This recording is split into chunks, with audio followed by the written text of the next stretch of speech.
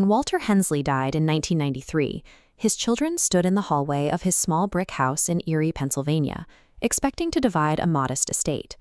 Instead, behind a stack of union newsletters in the hall closet, they found a metal lockbox. Inside that box lay a stack of careful, handwritten shoe repair receipts. Tucked right next to them was a blue passbook and a credit union ledger. Together, they held $186,000. Walter worked for the railroad for 41 years. He never earned more than $8,900 in a single year of his life. He held no stock portfolio or corporate pension, and yet he died with a small fortune. He was part of a generation of quiet millionaires. People like Ruth Kowalski, who ran a household in Gary, Indiana, entirely on the $62 her husband brought home every Friday from a grueling shift at the local steel mill. This demographic built extraordinary security under impossible constraints. They achieved it entirely without high salaries or financial advisors, relying instead on a strict, unspoken code of absolute refusal. We have a bar for total income and a bar for outgoing expenses. That small, illuminated space between the two is a mathematical concept called the gap. The women of the 1950s understood that household wealth was never about extending the top line.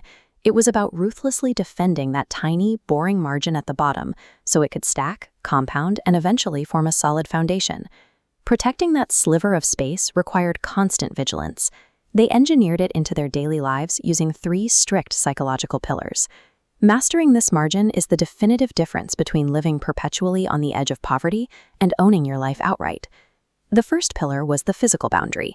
In 1954, a woman named Edith Lundgren ran her household using 9 paper envelopes kept in a shoebox on top of the icebox. Rent, coal, gas, groceries, doctor. That envelope system was a physical wall. If the meat envelope ran empty on a Thursday, the family simply ate beans on Friday. There was no borrowing from tomorrow to fund today. Today, that physical friction has been eradicated. Our financial boundaries are invisible, and direct deposits drain through automated digital systems faster than we can track. One-click checkouts, algorithmic recommendations, and seamless payment apps were explicitly designed to remove the exact hesitation our grandparents relied on to keep their money in their pockets. By stripping away the friction of the envelope, modern commerce successfully dismantled the primary defense mechanism protecting consumer wealth. The second pillar was preservation. Beside nearly every chair in every 1950s parlor sat a mending basket. Fraying cuffs were darned back into service while the evening news played, and local cobblers kept the same pairs of shoes walking for decades. Walter Hensley owned one pair of dress shoes for 47 years. He paid a local cobbler $71 for 7 distinct repairs over his lifetime.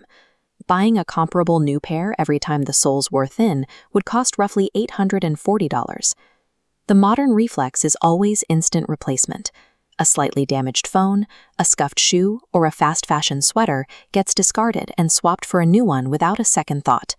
Trading physical goods as disposable out of sheer convenience acts as a massive recurring tax on a household, draining away the dollars required to form the gap. The third pillar was patience.